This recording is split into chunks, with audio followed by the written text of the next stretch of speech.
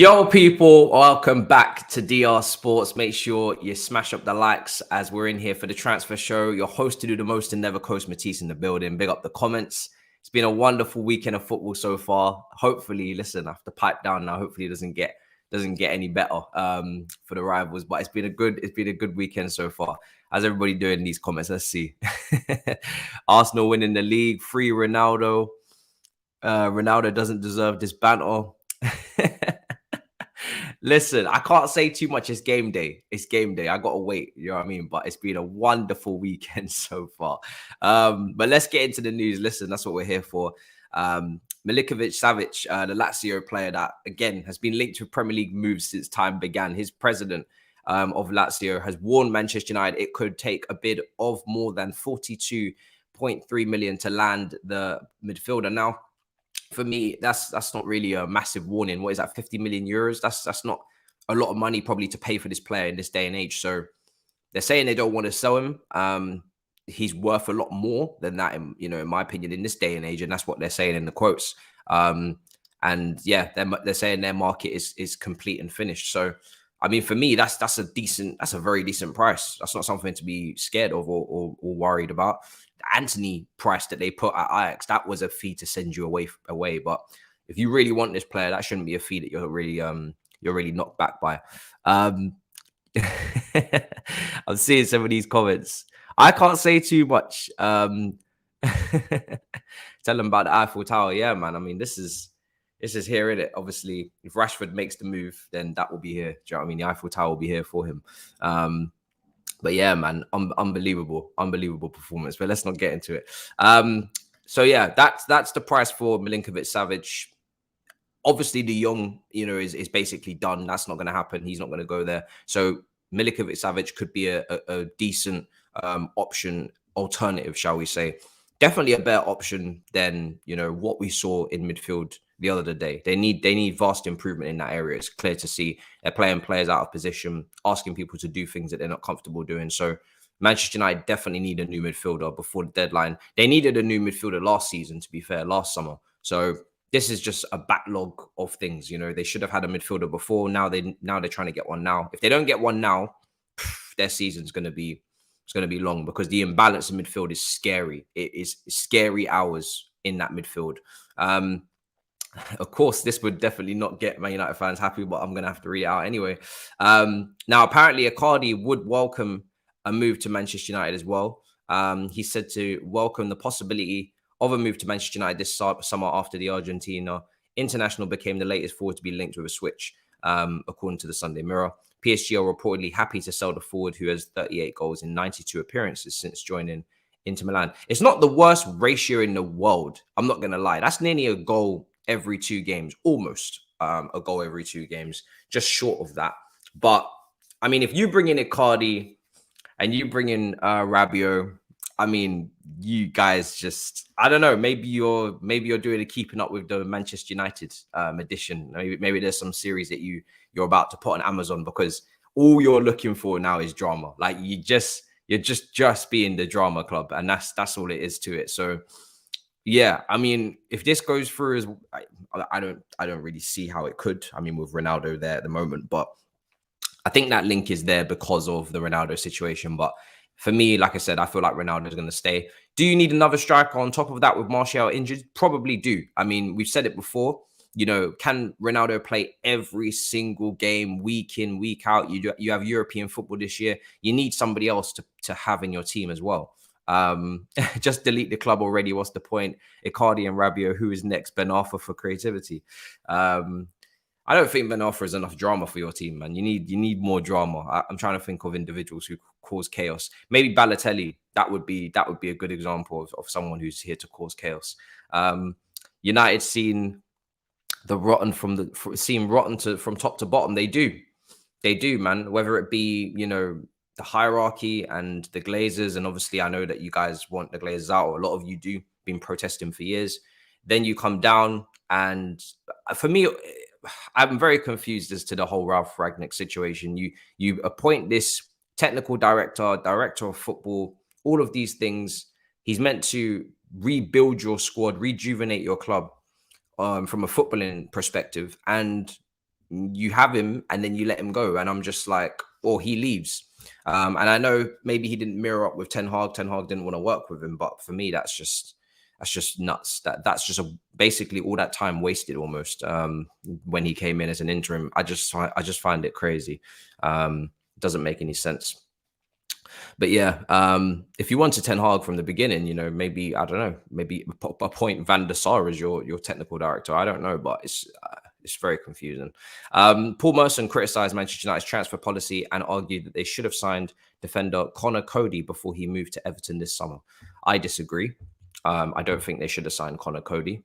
Yeah, I don't know where that link or where that's coming from. I mean, this is Manchester United, for God's sake. I know Gary Neville says that a lot, and there's actually a really good meme and a good video made by someone called Connor. I think he's Irish, who's just done a massive clip. You guys have probably seen it on Twitter, where he's imitating all of the Sky pundits. But this is Manchester United, man. We're talking about Connor Cody and Icardi and Rabiot, and I don't know. I'm shocked. I'm really, really shocked.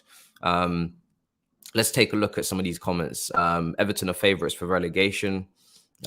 Hate United, love the Glazers. Yeah, it's insane. It honestly is insane what's going on. I'm shocked, to be honest. Let's take a look, because there's a poll up at the moment. Where will Manchester United finish? 2% in the top 4, 6% going for 5th, 23% going for 6th, and bottom half, 69%. Wow. I mean, it's a very early days. Get your votes in on that poll. 62 votes at the moment. I don't think they'll finish outside the top half. I'm not going to lie. That's extreme. But I wouldn't be surprised to see them knocking around about where they were, if not lower. Maybe 7th, you know, if things keep going like this. But I do expect them to improve. But I don't know. It's a tough one. We spoke about this yesterday, but Paris Saint-Germain are apparently preparing an offer of a long-term contract for Marcus Rashford in the hope of signing the forward this month, so he can partner Kylian Mbappe. Wow. I mean, how does that look? You know, in a system, I'm thinking in my head, you're going Rashford, Mbappe, Neymar, and Messi behind, or either side on the flanks, but probably behind. I think even Brazil's head coach said it would be crazy to play Neymar out wide in this day and age. So I would more envision it as Neymar and Mbappe coming off the flanks in a front 2, and then Neymar and Messi in a 2 behind that, maybe a 4-2-2-2, and then you just keep your 6. You keep your fullbacks, your back 4, and then you've got your 2 DMs as well. So that's how I'm thinking about it in my head. But yeah, that would be a wild one. I didn't expect Rashford to get linked with this level of club. But listen, if I'm Rashford, I'm getting out immediately. You know, pack up your bags and go. If you can make a move to PSG and they actually have a plan for you and they want to play you, and you're playing against some of the best players we've seen in the last two decades, then yeah, you need to keep it moving. You know, you're playing against some of the best players we've seen, so you need to keep it going. If you can make that move happen, that's an incredible transfer for Rashford. I didn't think he was capable in his current state, because we're looking at Rashford right now at the bottom of the bottom. You know, this is the floor for Rashford. He was much more promising than this a few years ago. So for him to still command a move like this, if he gets it, very impressive. But then he has to step up. You go to PSG, you have to step up. You have to get back to your level. And to be honest, I'm sure he would. I'm sure he would flourish in PSG in that league. PSG dominate that league. They walk over most of the teams they play. It's the perfect environment for someone who needs to, you know, get confidence back. This is recycled in my opinion, but De Jong has indicated that Chelsea is his preferred destination should he make a move to the Premier League in the final weeks of the summer transfer window. This De Jong saga is so tiring. It's constantly going round and round and round in circles. Same thing, different day. We know the situation with De Jong. He knows the situation with his club and the fact that they want him to take a wage cut. Either you're going to take the wage cut or you're going to move. It's as simple as that. And if you don't take the wage cut and you stay, then Barcelona fans might just start to get a bit rowdy. Make sure you smash up the likes. Over 400 of you in here. But yeah, Frankie De Jong, to be honest, the more days that go on with De Jong, I'm starting to think that he's not going to make the move, because he should have really decided by now. His preference is still to stay at Barcelona. And when you know all of the, factors in front of you in your face staring at you, you probably at this point, if you were going to leave, you would have made the decision to leave. Everybody knows that Chelsea's ready to match the offer Man United had accepted, and everybody knows that Chelsea are interested, and everybody knows Man United wanted him as well. So if you're De Jong and you still don't want to move, I'm assuming what's really going to happen here is he's going to stay and he's going to take the wage cut. If he's that desperate to stay at Barcelona, then that's what's going to end up happening. It's happened with literally all of their players. But yeah, it's nuts, man. It's insane. Is he really worth all this trouble? I don't know. He's going to have to show it. Chelsea have agreed personal terms with France defender Wesley Fofana, but I've had 2 bids rejected from Leicester. Yeah, it's pretty clear that Chelsea would have agreed terms with Fofana. He seems desperate to join. He's been acting out on socials a little bit, leaving little bubbles, thought bubbles on top of his head on Instagram and all these things, little signs that he wants to go. Are Leicester resound to letting him go? I saw Rodgers speak on the fact that he was clapping the away supporters at the Emirates, saying that, listen, if you want to write the headlines, that's him saying farewell, you can do that, but that's not how I see it. I don't know. I think Leicester's stance is clear that they will take a certain amount of money. They're not just saying absolutely no to this transfer, no matter what. They definitely will take a certain amount of money, which is around about the 80 million. Or this conversation would have ended already. They would have said, listen, he's not for sale at any price. Chelsea would have walked away. But clearly there is a price to get to. So if Chelsea are serious, you'd expect that bid to go in for Wesley Fofana of around about 80 million. Maybe not all initial, but maybe it will be a situation where they pay and then there's some add-ons based on achievements, based on games played, all these things. And then he'll make the move because it's been rumbling around for 2 weeks or so. They're saying in the comments he was absolutely violated by Martinelli at the Emirates. I'm just going to put it down to distraction, okay? I'm just going to put it down to head loss, blood loss. The brother was, I don't know, maybe it's hot outside as well. Look at me already defending my future defender. But yeah, I'm just going to put it down to the fact that he's probably distracted and he probably wants to make the move. I don't know. But yeah, it was a great performance from Martinelli and Gabriel Jesus. But yeah, so we'll see. I mean, that one and De Jong, come on now, tick tack, tick tack, tick tack. This week we want to see movement on these 2 players. Either you're staying or you're going. It's as simple as that. We're mid-August now. Nottingham Forest have completed the signing of Emmanuel Dennis from Watford. Another player going into Watford. I've lost count of how many players now. Let me know in the comments if you know how many players Nottingham Forest have signed. Don't Google it. Actually, if you know the exact number, because I'm losing count. Scored 10 goals for the Hornets last season in the Premier League, but could not help them stay up, of course. This is a very good player, I think. A very good signing. Serious signing. And I think Nottingham Forest, I mean, they're looking to do serious damage, it seems. I've also seen them linked with Aouar at Lyon, the French midfielder, Houssem Aouar. So yeah, there's a lot of players, man. There's a lot of players. 13, some people saying 12, 15, 14. I knew I'd get different responses. 14. I don't know the right answer, so I can't even be asking you this question and telling you what the right answer is. But yeah, I'm just seeing what you guys are telling me. 10. It's definitely not 10. It's definitely not 10, guys. I think it's definitely over a first 11. You're looking at your 14, 15 mark, I think, at this point. It's crazy. Yeah, it's insane. So yeah, it's another signing for Nottingham Forest to add to Jesse Lingard. And it's crazy, right? Because when Jesse Lingard made the move to Nottingham Forest, everybody had their eyebrows raised. They were like, really? You're rejecting West Ham to go to Nottingham Forest, probably for more money, but that's a strange decision. And now the more you look at it, and I'm not saying that Nottingham Forest are going to be okay this season. I'm sure they'll still be in a relegation fight, but they're ambitious at least. Jesse Lingard is going to be surrounded by some decent players. Emmanuel Dennis is a very, very good striker from last year.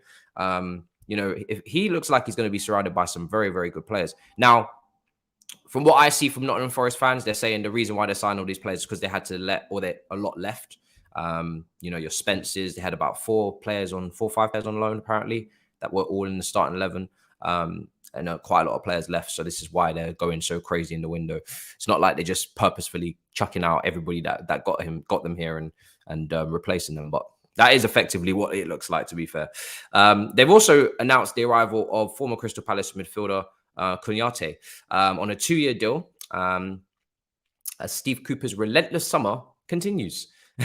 And obviously, Mumpai as well is considering his future.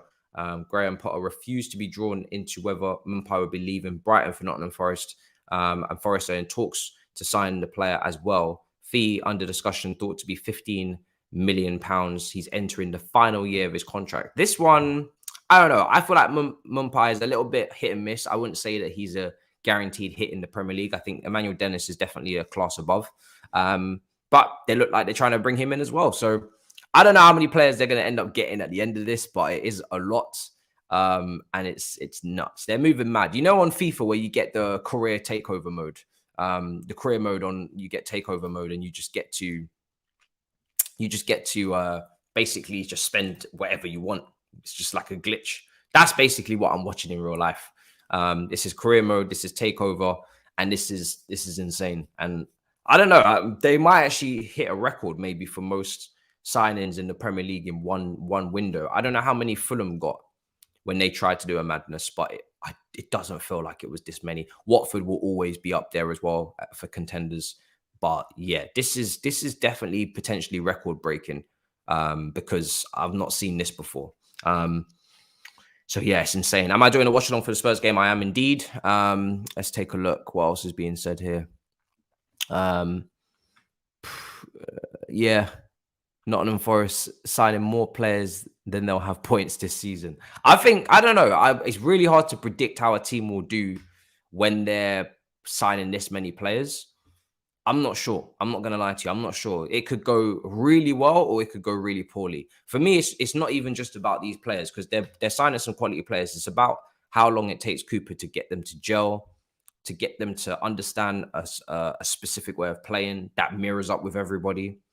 Are they signing players that even like match each other's skill set, or are they just signing players just to sign players? I don't know. It's going to be interesting to see how it all works. There's a lot to gel in a very short space of time. I mean, listen, preseason's over. We're in the season. So there's not even any time to gel. You're doing tactical analysis, opposition analysis. You're doing recovery. You're doing drills. You're doing a lot. So is there time to really even work on chemistry? I mean, they're going to have to find the time.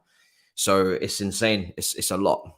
They might have to use those cup games as training, as preseason games. I don't know.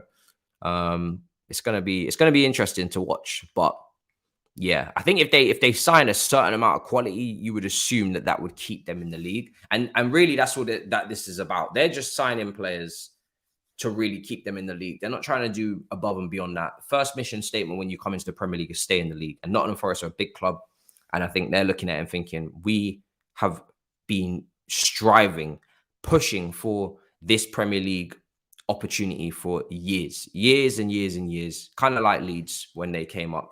And they're like, we'll be damned if we go back down. Like, we are going to give it absolutely everything to stay in this league. So, and I'm sure they're smart with it. I'm sure there's clauses in those contracts, release clauses if they get relegated that are easy to get them back out. Maybe that just match what they've paid. That's what they should have anyway. Massive wage reductions if they get relegated, things like that. So there's always clauses to try and protect clubs if you plan for it. And I'm sure whenever you've just come up and you sign new players, usually those clubs are very aware that they should be putting clauses. It's the Evertons of this world who got dragged into a relegation battle that they weren't expecting. They won't have relegation clauses in their contracts because they've never even been in that situation. So they would never plan for it. But for sure, the teams that come up will have these clauses. But yeah, let's come to a close. We're going to wrap up soon. I'm just going to quickly go through some more comments. United Liverpool score prediction. Listen, I think I prefer not to speak. Yeah, I really do prefer not to speak when it comes to that one because it's going to be distasteful. It's going to be a long day. I can't lie to you. It's going to be a long day. So I do fear for them. This super chat is saying as well, United get battered everywhere they go. In the mud, hashtag, that's from Mark. I knew there would be some United slander in here. I'm trying to limit it, but listen, you guys took a serious beat down yesterday. And I actually did think Man United would lose. I did predict Man United would lose, but I didn't think they'd lose like that. Yeah. So it's insane. AC Milan also, I mean, this is according to an Italian journalist. AC Milan and Inter Milan have offered the chance to sign Ronaldo, but both clubs. Oh, they were offered the chance, but both clubs rejected him. This is getting embarrassing, man. Jesus Christ, Ronaldo, just let it go, bro. Just let it go. Apparently, he was offered. He was offered to those two clubs, and they've both rejected him. This is insane. I'm not gonna lie. That's kind of surprising. Now, Italian football, the pace is a bit slower. Maybe it would suit him. I think he'd probably do quite well. If he's going to make any move, I wouldn't recommend another Prem team. I wouldn't recommend, I think Serie A out of the top 5 leagues would suit him the most in terms of getting the best out of him, the highest level that he can get to. But yeah, this is mad. This is insane. Yes, I did see Grizz texting Saeed during his watch along for sure. I did see that. I heard the phone pinging in the background. It was wonderful. Let's see. Do you think Chelsea are getting Fofana, Aubameyang, and De Jong? I'm very hesitant on those last 2 names, Aubameyang and De Jong, but I'm confident in Fofana. But I'm not sure about the other 2, if I'm quite honest. Let's quickly run through these questions. Where do you think Ronaldo can go? Can't see him. No, I think he won't go anywhere. I think he'll stay. Do you think Tielemans suits Arsenal? I mean, personally, if it's me, I think it's more important that Arsenal sign an actual DM, because El Neni, say Partey was to get injured, I don't think El Neni's good enough over the course of a whole season, and Partey does pick up injuries. I think they should be going for a DM. They've got Odegaard, they've got Vieira, they've got Smith Rowe, they've got Xhaka, who was getting quite far forward yesterday. I don't think they need another 8. I think they need a 6. I think they need a DM, somebody to protect the back 4. And that's, in my opinion, where they're weakest right now in terms of depth. So would I be going for Tielemans? Personally, no. Not because he wouldn't improve you, not because he's not going to be an upgrade, but because if I'm picking... Now, if you're getting Tielemans and a 6, great, fantastic. But I would go and get the 6 before I'd get Tielemans. That's how I see it.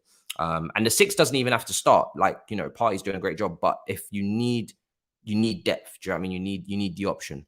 Especially if you say you go away from home now and you want to set up more defensively, you can have him next to the DM as well. So that's just how I see it. Let's see. Yeah, he's not mobile enough. Yeah. He's just not a DM, Let's see, any more comments, any more questions? Yeah, I think we're pretty good. All right, guys, big up. Make sure you smash up the likes, subscribe to DR Sports. Let me know in the comments what you're thinking, feeling. Obviously, there's some big games today. And yeah, I'm very much looking forward to it. But until next time, big up your damn selves. In a bit, people. Peace.